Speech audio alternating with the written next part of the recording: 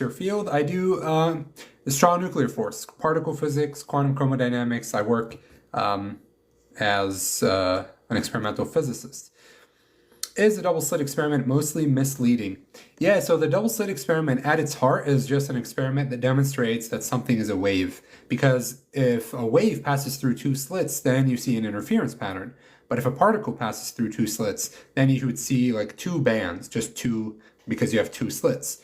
And so anytime you bring up the double slit experiment and you see an interference pattern, that just tells you that there is interference going on between waves.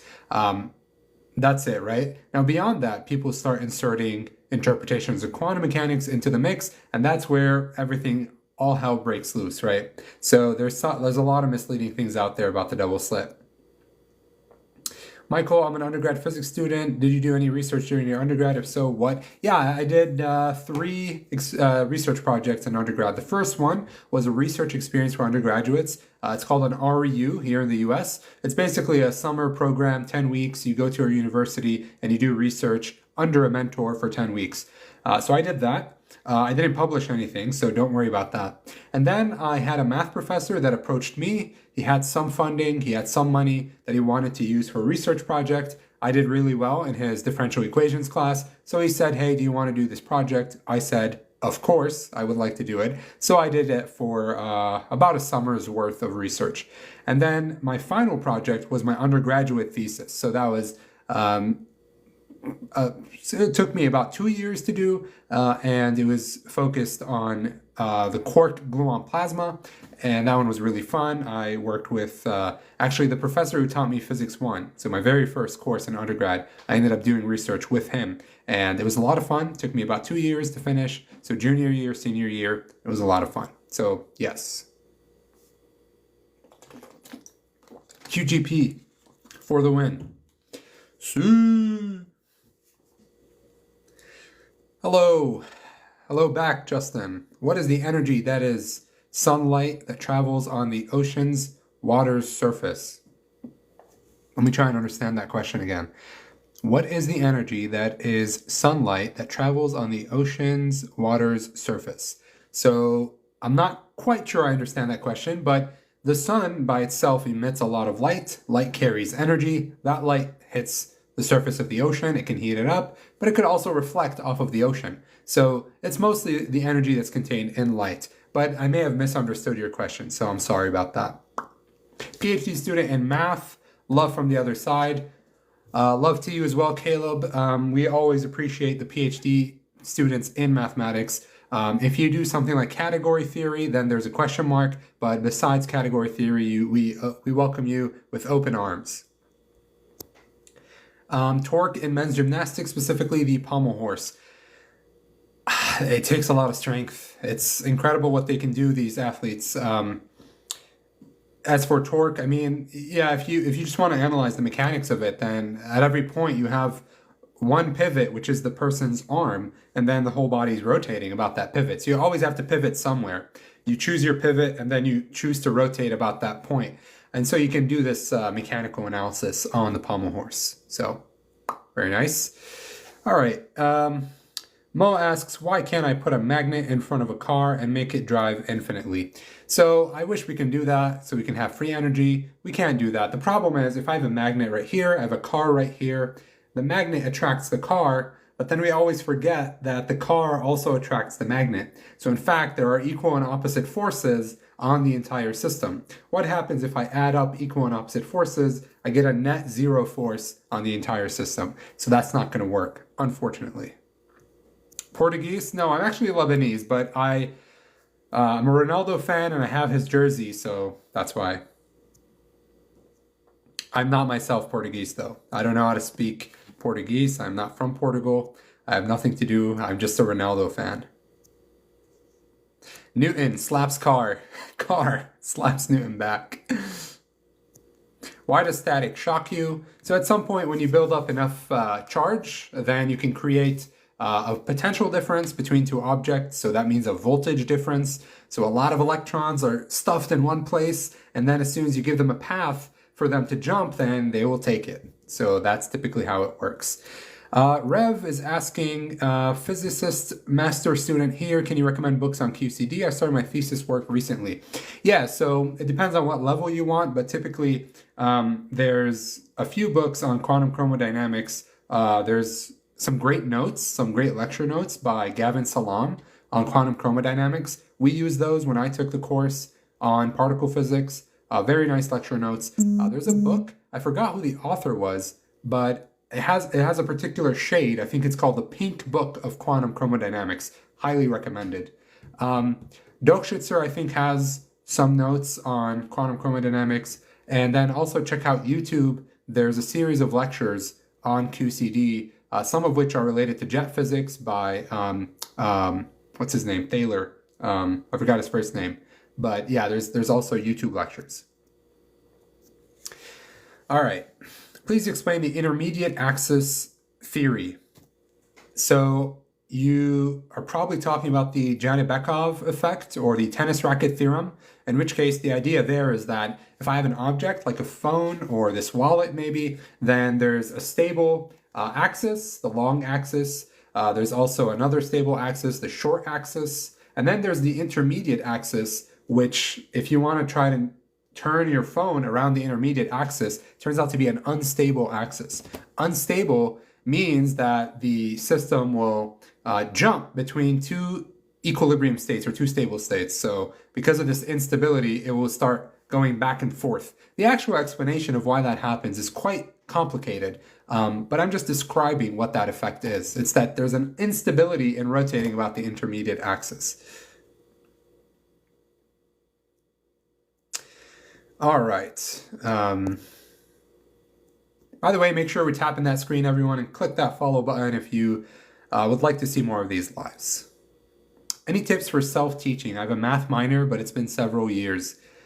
Good question, Tyler. It depends on what your goal is going to be. So if you're just interested in getting back into mathematics, maybe you just want to understand recent results in the literature, something like that, then you probably want to go back and just refresh the basics, calculus, intro calculus, linear algebra, differential equations, stuff like that.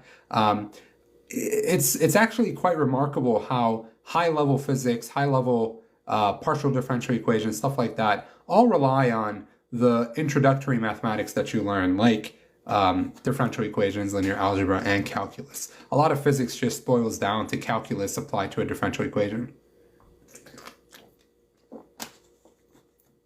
It's crazy how Schrödinger came to his equation. Yeah, so I've actually listened to a few lectures that try to describe how Schrödinger derived, quote unquote, the Schrödinger equation. And apparently he wasn't able to derive it. I don't think there is a way to derive it unless you make some questionable assumptions. But Schrödinger kind of was going with some intuition that he thought would lead him to the right answer. And eventually that led him to developing his Schrödinger equation.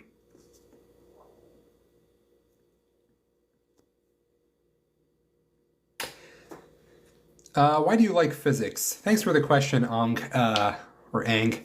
Nothing to do with the avatar, I'm assuming. So I find learning about the universe something exciting. I think when I first got into physics, it was learning about quantum mechanics. Back then, I had a severe misunderstanding of quantum mechanics is, but I thought it was fascinating. I thought it was incredible. And I also learned about relativity. I thought, wow, clocks can tick slower depending on if you're moving or not. Twins paradox, the universe is a rubber sheet and stuff like that. So I was really excited. I was like, this is fun stuff. This is amazing stuff. I was not learning those things in class. And so I decided, physics seems to be a really cool thing. And I was good at it. I was good at math. Why not learn more about the universe and when one day discover something on my own, do research. So that's why I got into physics.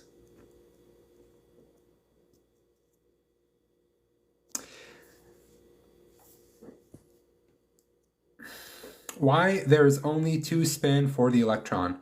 So it's somewhat of a fundamental property of electrons that they have a spin 1/2. So that spin 1/2 means that they can either be spin up or spin down. And when I say spin up and spin down, you should not be imagining 3D space. Like, I don't mean up as in like the direction this way or down the direction that way. In fact, spin up and spin down exist in an abstract mathematical space that is two-dimensional. So you have up and down, so two ways to spin.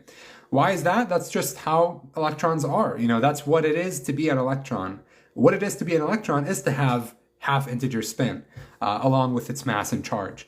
Other particles can actually have three axes of rotation. So we call those spin 1 particles. They can have, for example, we call those circular polarization. It can be clockwise, counterclockwise.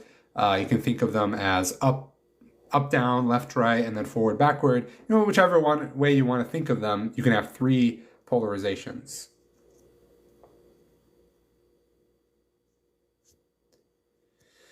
What are your thoughts on the 160 element? I'm not sure I know what that element is. I'd have to look it up.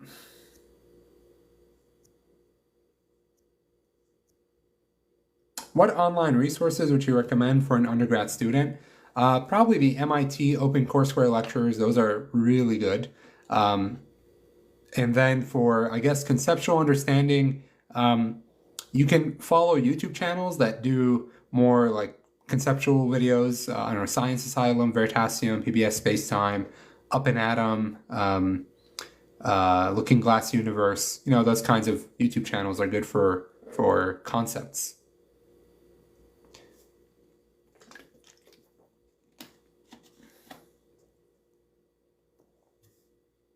How does renormalization, group flow, and quantum field theory affect coupling constants?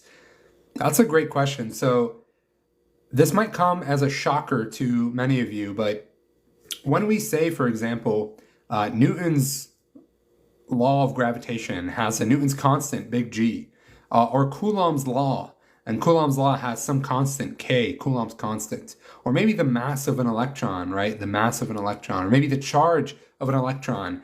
You might think that these are all static quantities, like they are what they are, and that's it. Turns out in quantum field theory, they are not static. They are changing. They evolve depending on the energy. So in fact, if you look at an electron at higher and higher energy, then what you find is that it's surrounded by more and more photons, and it's surrounded by more and more electron and positron pairs. So you can never look at a single electron by itself without its field surrounding it. So the combination of an electron and its field around it end up changing how much charge the electron has. And that's what we call the running of the coupling.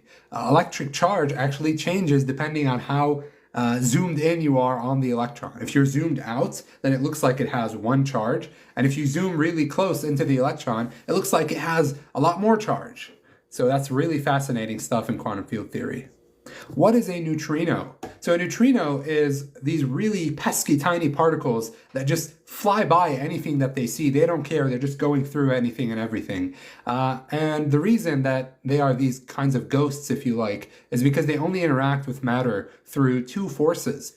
These forces are gravity and the weak nuclear force. And both of these forces are incredibly, we call them weak, in the sense that they don't interact much, right? If you put a chunk of lead in front of a neutrino, then that neutrino, it effectively doesn't see that chunk of lead. But if you put that chunk of lead in front of gamma rays, in front of alpha particles, beta radiation, stuff like that, it's going to absorb all that radiation. So neutrinos, in that sense, are a type of radiation that just pummel through anything you put through them because they barely interact with anything.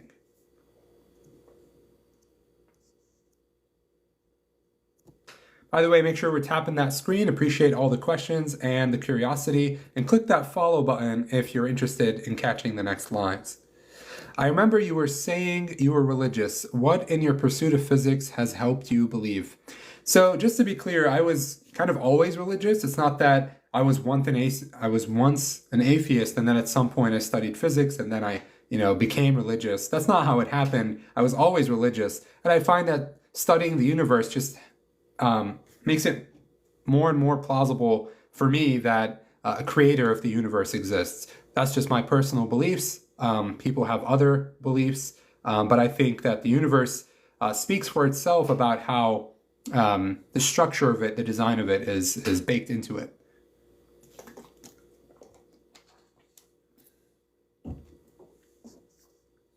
It's actually bad to put lead in front of beta, creates gamma.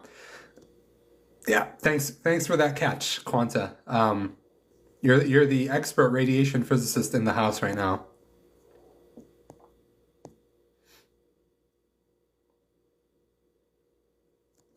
A physics major studies the universe. I'm a bit confused. So I'm a PhD student, so I already have my bachelor's in physics, and what I study is particle physics. So in some sense, I study the fundamental natures of reality. Some people study cosmology, which is about the universe as a whole, and physicists kind of come together and talk with each other so that we get a more cohesive picture of everything. Um, let's see here. Can you repeat the conclusion on zooming out from an electron? Yeah, so what I was saying there is when you talk about an electron, typically in a class, you just imagine an electron just sitting by itself, right? Like you can say, okay, this is an electron and it has some charge, -1, right? That's not actually how it is. A single electron can have surrounding it its electric field. And that electric field, if you zoom in on the electron, it manifests as these electron-positron pairs. And what that leads to is that the charge on the electron actually gets screened by these electron-positron pairs, and so the charge of the electron is different if you zoom in on it. So the more you zoom in on an electron, the different the charge is. And so that's just wild, right? Like the charge of the electron, you always thought it was something constant. It's not. It depends on what scale you're looking at the electron at. That's called renormalization in quantum field theory. Does the Lorentz force have anything to do with the Lorentz transformation? So naively, you would think that they're not related because one just describes the force on a charged particle due to a magnetic field, and then the other one describes how to change reference frames in relativity through boosts and rotations. But actually, electrodynamics works kind of because of relativity. So relativity is baked into electromagnetism. So in some sense, the Lorentz force has kind of underlying it relativity. So I wouldn't say they are exactly similar, like the Lorentz force and the Lorentz transformation, but they are linked. They have a thread with relativity.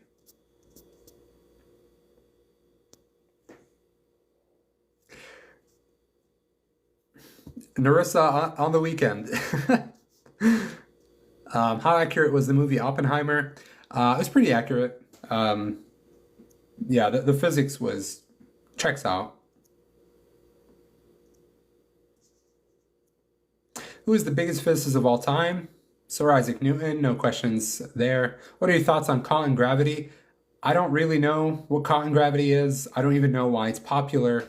It's one of those theories that just probably live for a few months and then die out, right? What's your favorite CR7 goal? I used to watch his Manchester United days where he used to cross left. He used to be a right winger. He would cross left and he would shoot with his weak foot, his left foot, and he would make bangers. So probably one of those goals back in the day. How do you feel about CERN? I actually work there. I work at CERN, so it feels great.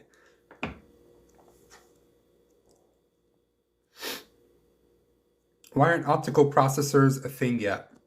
I don't know. I'll ask my optical physicist friends. What is lambda QCD? That's a great question, Solomon. So lambda QCD, for those who aren't familiar, is known as the confinement scale. It's the region of, or you can think of it as the energy scale at which quarks and gluons become bound into protons, neutrons, stuff like that. So that's what we call confinement. So if you ask, why can't I ever measure a single quark by itself? It's because as soon as you go to high and high energies and you try to break up a proton, immediately after that process happens, quarks get together and they form hadrons. And that's when you have the confinement scale happen. So that's when lambda QCD kicks in.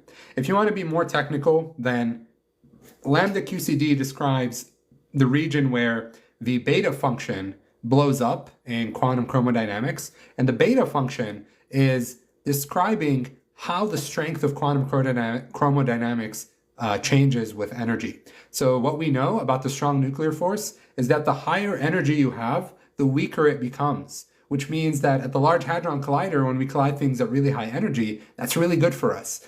The weaker the forces, the easier it is to understand. But then as you go towards lower and lower energies, then the strong nuclear force becomes stronger and stronger. And that's where you hit this confinement scale. This is what lambda QCD is. Do you think axions exist? Not really, no. They have some nice theoretical properties like solving the strong CP problem, but I know a few people who try to work on them and they haven't found anything yet, so... Quanta says that Rick is much better than the LHC. Fight me on that. Do you make a lot at CERN?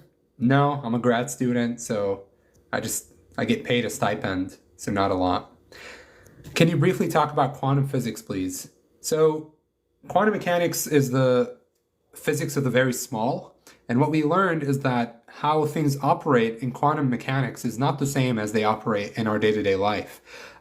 What's an example of that? Well, in quantum mechanics, typically an experiment doesn't have one outcome. It has multiple outcomes. In our universe, if I flip a coin, then if I know exactly how I flip the coin, then I know exactly how it's going to turn out. It's going to be either heads or tails. I can calculate it. I know it's going to be heads or tails. When I shoot a basketball, I know exactly how that basketball is going to fly in the sky, fly in the air. I can calculate the exact trajectory of that basketball. In quantum mechanics, that's no longer true. In quantum mechanics, a particle can actually have multiple paths towards its end goal, or it could have multiple outcomes. So already you have the state of the universe right now, which does not fully determine the state of the universe at the next moment. So there's multiple outcomes that can happen. And already there's weirdness there, right? I mean, which outcome should occur if there's multiple outcomes? And that's where you get into all these different interpretations. How can someone be so smart as to be a PhD student in physics and be a CR7 fan? Listen, man, if I see one more Cristiano slander in the chats, you're getting blocked immediately. How hard has pursuing a PhD in STEM been? It can be quite frustrating at points when some of your results just turn out to be useless.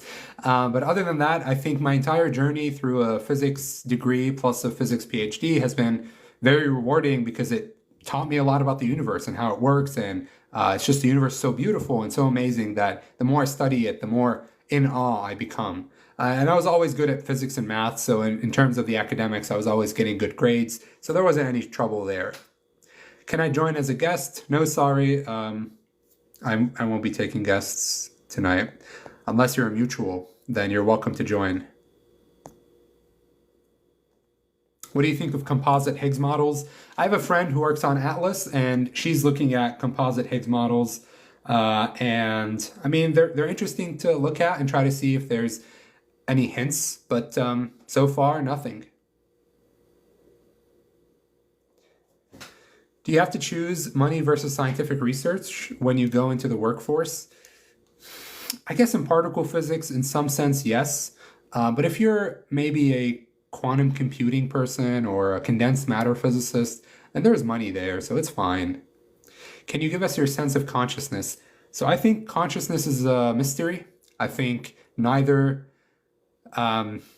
physics nor psychology nor neuroscience can answer what consciousness is. We just have no idea. It's just a mystery. Yes, anyone who tells you they can explain consciousness with physics, I would love to see that. I don't think it's possible at the moment. Can you do the sui?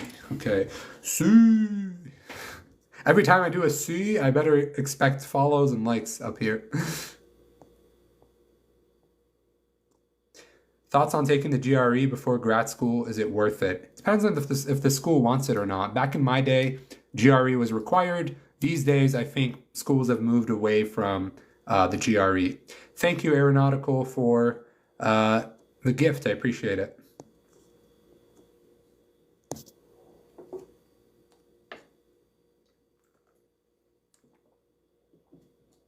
How far along your PhD? I'm almost done. I have 1 semester left. Can you explain decoherence? I'll try. I'm still trying to understand it completely, but the basic idea is when a quantum system is being measured, then that quantum system becomes entangled with the measuring device. And then the measuring device is like the surrounding, and so the surrounding is then entangled with the environment, and you have all sorts of particles next to you. So before you know it, everything just is entangled with everything else, and so the quantum effects sort of go away. They get washed out, they get decohered. I can't say I fully and completely understand it and how that is supposed to solve the measurement problem, if it does, but that's my basic understanding of it. Quana says, quit bragging. I'm 1 year ahead of you, right, Sean? I think it was 1 year. Thoughts on God, religion, creator? So I do believe in God and I am religious, but I don't usually talk about these things on this live.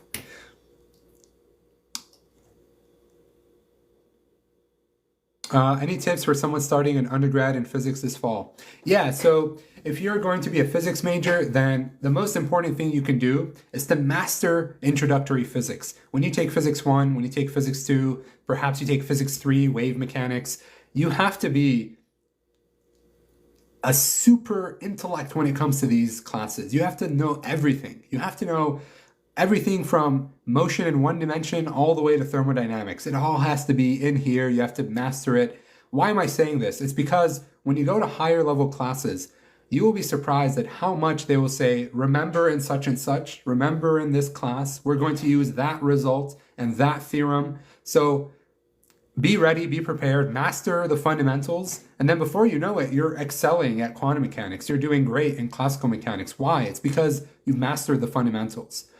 On top of that, make sure your math is solid. The math is the tool. It's the tool that we use in physics. If your tools are not sharp, forget about it. People are asking in the comments, Messi or Ronaldo. It's like they can't see. It's like, I don't know, I swear, like, how can you not see? Can you not see? Number 7. I mean, what kind of question is that?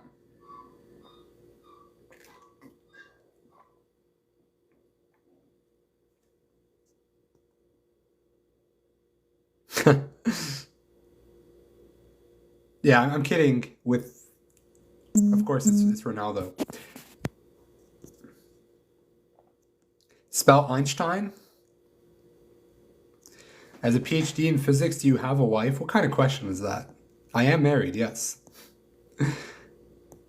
Explain quarks, please. So quarks are fundamental particles that make up protons and neutrons. And they behave in a very weird way in the sense that quarks have a new charge. So you're familiar with electric charge. Things with electric charge can attract and repel.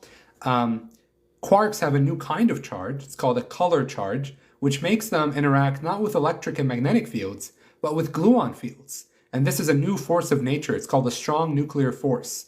So these quarks, they bind together inside of a proton, inside of a neutron, to form something known as a hadron. So a proton and a neutron are composed of 3 smaller bits and pieces called quarks.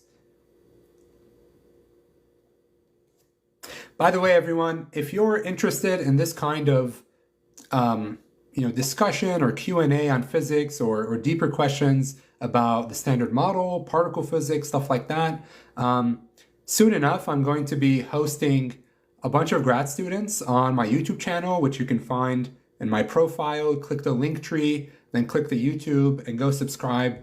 At some point, there's going to be a series of hour-long interviews with a bunch of grad students, and they will explain what they do, and it's going to be sort of at a level that hopefully everyone can understand and get into. And it's not going to be intimidating. It's not like professors. It's going to be mostly grad students, so it's going to be chill. So if you're interested in these kinds of things, definitely check out my profile, click the link tree, the link, and then follow that to the YouTube and subscribe there. Also, make sure you tap on that screen and click that follow button so you don't miss the next lives. Can you use the Lorentz factor to prove the existence of God? I don't know how you would do that. Are you religious? Yes. Astrology? What about it? What's your dissertation? I work on measuring something known as the dead cone effect in beauty quarks. That might sound like complete gibberish, but if you Google what the dead cone effect is, then you'll probably have some nice resources. Why does physics have to be so hard? Because there's a lot of math in it. You need to know your math. What's the weak mixing angle? So the weak mixing angle, W Jersey, let's go. The weak mixing angle tells you how rotated the weak fields are from one another. So in the SU2 left cross U1 electroweak force, then you can look at the mass eigenstates of particles. So there's doublets of particles. There's, let's say, up and down, that's a doublet. There's a mass eigenstate, and then there's a flavor eigenstate. And it turns out these aren't on top of each other. There's an angle in the two-dimensional phase space between these two bases. So that angle between these two bases is known as the weak mixing angle. I could explain this better, but this was sort of off the cuff. So apologies for that. Is Carlo Rovelli the best lecturer for quantum gravity? I don't know if there's like a best lecturer on quantum gravity. I don't know if we have like a quantum gravity. I mean, we definitely don't, but I mean, he's nice. He talks about loop quantum gravity. He talks about his relational interpretation of quantum mechanics. He has some good ideas, but I think there's other people that are also very interesting to listen to. When it comes to quantum gravity, most of the time you're looking at string theorists because they're the ones who are taking charge. So you're looking at people like Leonard Susskind. Maybe you're looking at Raphael Bousseau, people like that. There's probably more. How do I visualize SO3, 1? So SO3, 1 is supposed to describe the group of, let's see, Lorentz of rotations in 3 spatial dimensions and 1 time dimension. So this is the Lorentz group, essentially. The way to visualize this is just think about, in 3 dimensions, you can do rotations. So you can fix one axis and do a rotation about that axis. What happens if I have 4 dimensions? Then what you can do is essentially fix one of the space axis and rotate the time axis as well. So now you can actually rotate time and space together, and that's how you can imagine the Lorentz group mixing space and time together. Now the only problem, of course, is that there's a minus sign with time. So that's why it's 3, 1, not 4. And that's where it gets weird. Eugene Kuzariansky has some nice visualizations of some Lorentz boosts and how those show up in a space-time diagram.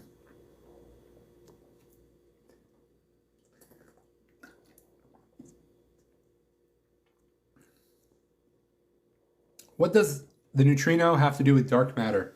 So neutrinos have been hypothesized to potentially be dark matter.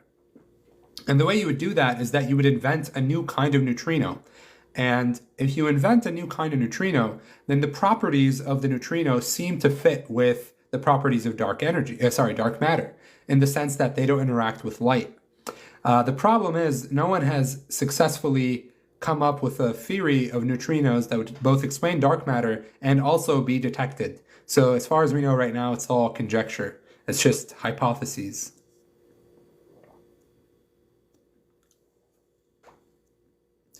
Why is 2 the only even prime number? Because all other even numbers are divisible by 2. So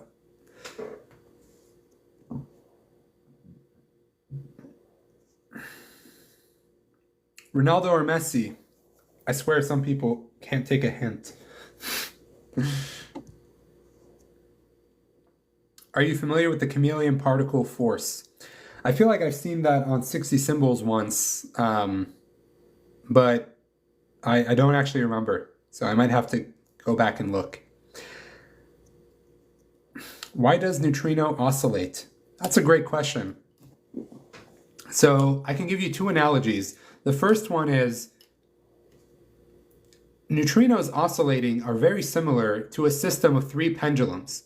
And if I have a system of 3 pendulums, then you can imagine shaking one of the pendulums, and if they're all connected with springs, so imagine there's 3 pendulums and they're connected by springs, such that if I move one of them, that's going to vibrate the next pendulum, which will vibrate the other pendulum. And if you do this experiment, what you find is that if you only move one of the pendulums and let it vibrate, then eventually that energy completely gets transferred to the middle pendulum, and then that energy gets completely transferred to the third pendulum. So neutrino oscillations actually work exactly the same way. You can think of them as three different states, and the neutrino is oscillating between three what we call normal modes, but you can think of them as sort of these states of just pureness, right? A pure pendulum that's oscillating. Now, why does that happen? Why should a neutrino be like that? Well, it turns out that neutrinos, again, I was talking about this flavor versus mass basis. So it's a technical thing about if I have a neutrino, I can either talk about its mass or I can talk about its flavor. So I can talk about an electron neutrino or I can talk about the mass of a certain neutrino. And these two things don't end up being exactly the same. They're shifted from one another. And so that shift between these two languages leads to neutrino oscillations. Can you explain quantum spin? Not in a way that would satisfy you, probably. It's really difficult. It requires a type of mathematics called Lie groups. And, you know, if you want a geometric intuition, here's one that I like to do. There's a water bottle. Maybe you can see it this way. And what I'm going to do is I'm going to try and spin it around. And you can see that if I rotate my arm this way, I don't want to spill the water. And what happens is I've rotated my arm and the bottle's up, but now I have to rotate it once more. So I have to rotate twice before I get back to the same configuration. So this was horrible. I usually do it with a mug, but there are no mugs around me at the moment. But the idea is I need 2 full rotations to come back to my initial state. Whereas normal objects, 3D objects, like this ring, for example, this ring only needs a 360-degree rotation to come back to its original state. Things with half-integer spin need 720 degrees to come back to the original state. So in some sense, half-integer spin is half of space. You know, this quantity of spin lives in half of space. Explaining spin through symmetries is the best thing I've heard. Yeah, unfortunately, explaining it through symmetries requires knowledge of group theory and some visualizations, which I'm not capable of doing right now. So that's going to be a tough one. Yeah, spin, flavor, confusing stuff. By the way, if you're enjoying this live, make sure you hit that follow button so you don't miss the next live, and make sure you tap in that screen.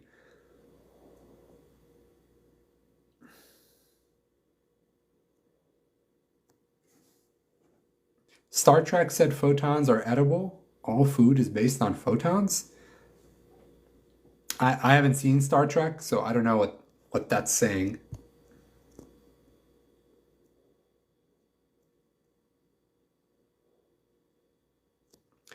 What even is physics used in today? Like, who do you guys work with? What is your typical day, etc.? That's a great question. So it depends on what kind of physicist you are. So I'm known as a particle physicist. I study the smallest bits of reality. What is everything and everyone made up of? And we're just curious about what's at the bottom of it all. You know, what makes up you and me?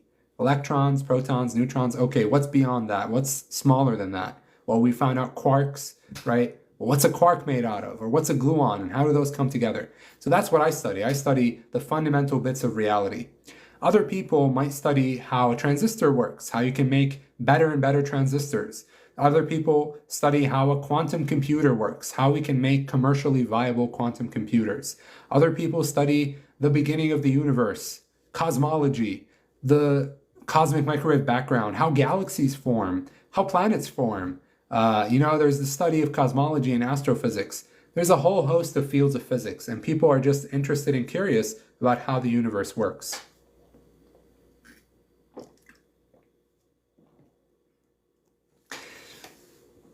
As a physicist, how do you justify God? So I'm not sure exactly what the question is getting at. It seems like you see a contradiction somewhere, but I don't. So maybe you can make that contradiction explicit. Because to me, God created the laws of physics in the universe, so it's not like there's a contradiction there.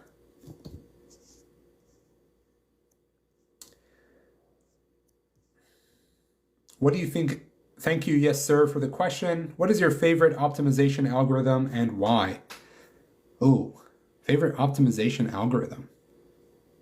Is this like the context of machine learning optimization?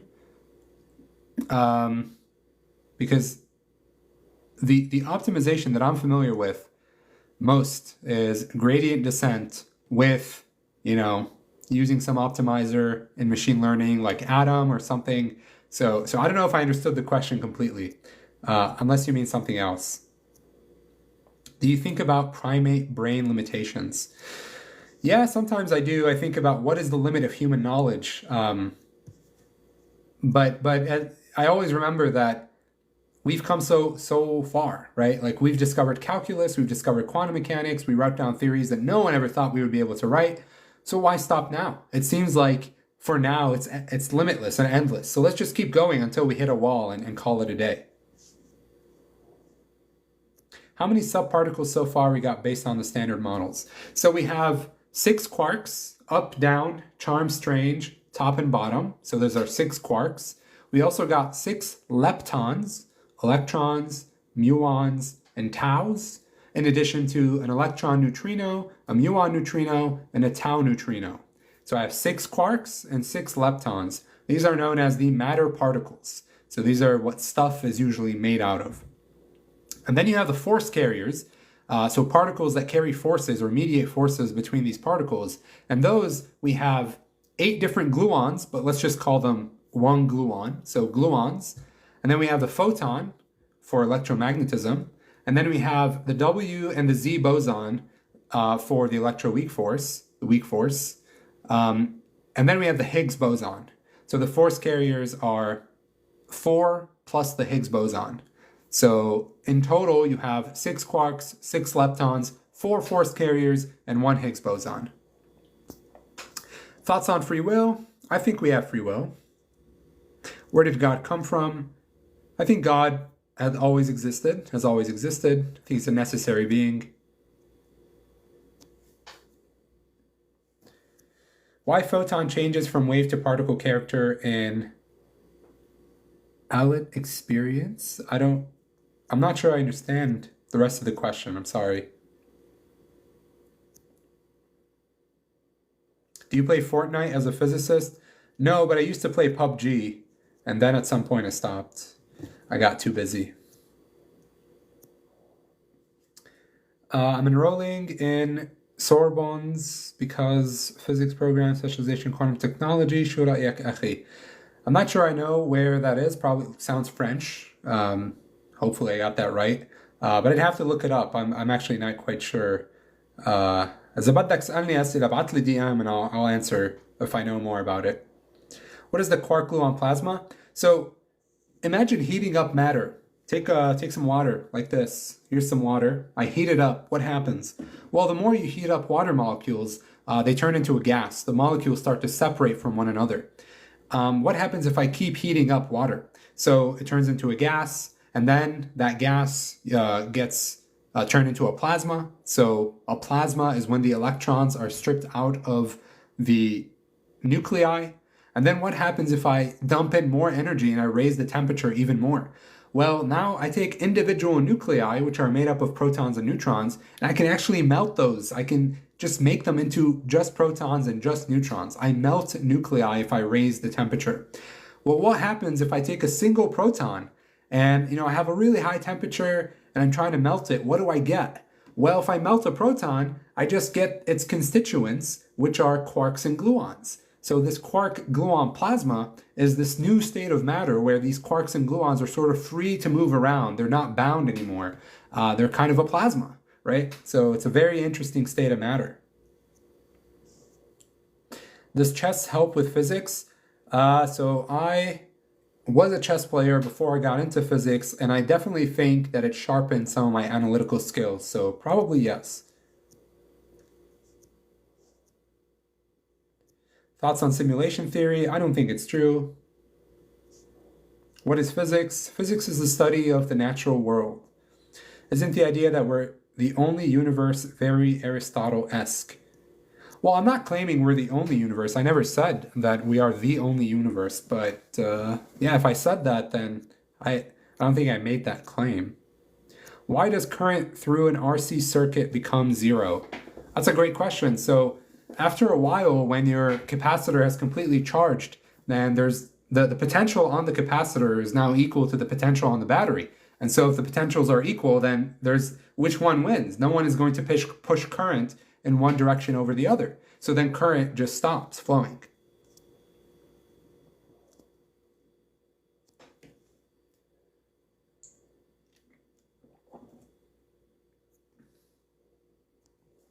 I'm a physics undergrad student. Any advice for applying to master's degree? So I think the things that make or break an application are usually, do you have research experience? I guess for a master's degree, maybe not so much, because a master's degree is supposed to get you into doing research. Your letters of rec matter a lot. Your professor knowing someone matters a lot. So if you're a professor, the people writing your letters of rec know people in the institution you're applying to, that will really help you. Networking is important. When you write your statements, try to be unique, try to be your own person. Don't chat GPT it. Talk about your own experiences, what got you into physics, what kind of research you're interested in. Try to be genuine. Make sure your grades are good. And, I'm just giving you, I know it's generic advice, but that's the most I can do for a somewhat generic question. But if you have specific questions, feel free to send me a DM. What are you doing your dissertation on? Is that a thing? Yeah, that's definitely a thing. Thanks for the question. So I work on the strong nuclear force. In particular, we look at these particles known as quarks. And these quarks, when you create them in a lab, you never get a single quark for free. They always come sort of with a whole shower of gluons around them. And so what I study is, how do these quarks emit this shower of gluons that always sort of comes with them? It's like the quark is the boss and the gluons around them is like the posse. And what we study is how exactly does that process happen? So if you're curious about looking more into it, it's called the dead cone effect. And I'm trying to measure it in B quarks, beauty quarks. Thanks for the follows. Make sure to hit that button right here if you want to catch the next live, and make sure you tap in that screen. Let's get to 10K here if we can, and consider, I don't know, subscribing or donating or whatever these things do over here. Appreciate all the support. It's appreciated. It's not LHCb or Bell. I work on LHCb, so we got some experts in the chat here. Yeah, so if you're a physicist, if you're familiar with particle physics or just physics in general, feel free to follow so I can follow you back. And that way we can have a community of physicists on here on TikTok, because that is severely lacking. You said you create quarks, but you can't create or destroy matter.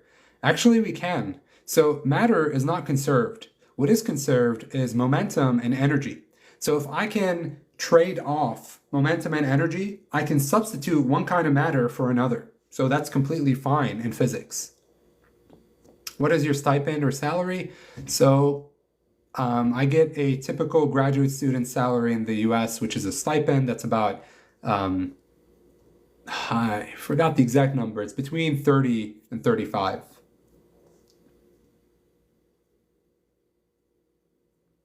Can you explain what supergravity theory is? I don't think so. That's kind of beyond my pay grade. Do you feel that Oumuamua could be space trash from other civilization? No, I mean, it's just a rock. Let's just get over it. It's just a rock. It's a very unusual rock, but it's just a rock. Why do we assume matter and antimatter had to be created in equal amounts at the Big Bang? You know, that's a great question. You're asking some of the questions that people usually shy away from, because when a physicist explains something, they always make assumptions. And those assumptions are usually taken at face value by the listener. You know, you're not going to question a physicist. But the good questions are always about those assumptions. Why are you assuming that the Big Bang should have created equal amounts of matter and antimatter? The reason physicists think that matter and antimatter should have been created equally is because there's no difference that we can tell between matter and antimatter. If there's no difference between one kind of thing and another, why should the universe prefer this over that? So this is kind of a principle of symmetry, right? If there's no reason to prefer one thing over another, let's say you go to a buffet, you look at chicken, you look at meat, you don't know what to choose. Maybe you put both on your plate. That's what you would expect by symmetry. What physicists try to do is they try to come up with scenarios where the universe would tend to create one more thing over the other.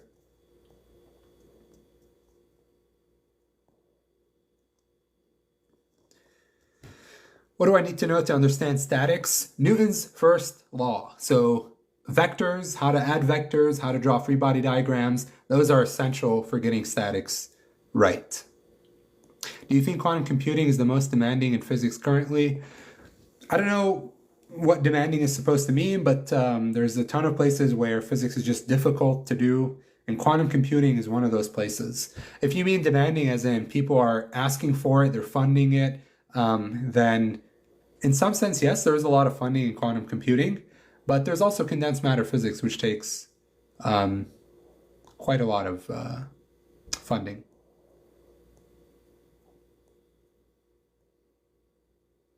So enough energy and you could create any matter of your liking. This sounds like transmutation.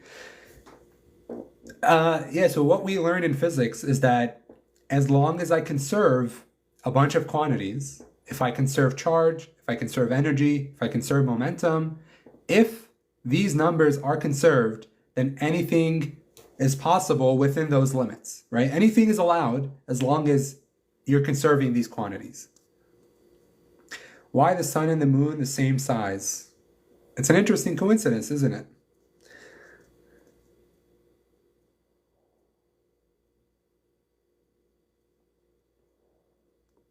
Do you have high school students working, interning in your lab? Typically, no. Typically, it's only undergrads that join our research group, not really high school students, because you don't have enough knowledge or coding experience to do the kind of stuff that we do. How can Bessel functions be used to explain coordinates as they relate to measuring dimensions? I am not sure I understand the question. Doesn't seem like there is a question. Thank you, Aeronautical, for the gift. I appreciate it. Yeah, like I said, it's not clear how a high school student would do research. It's tough for a high school student to get into research level areas.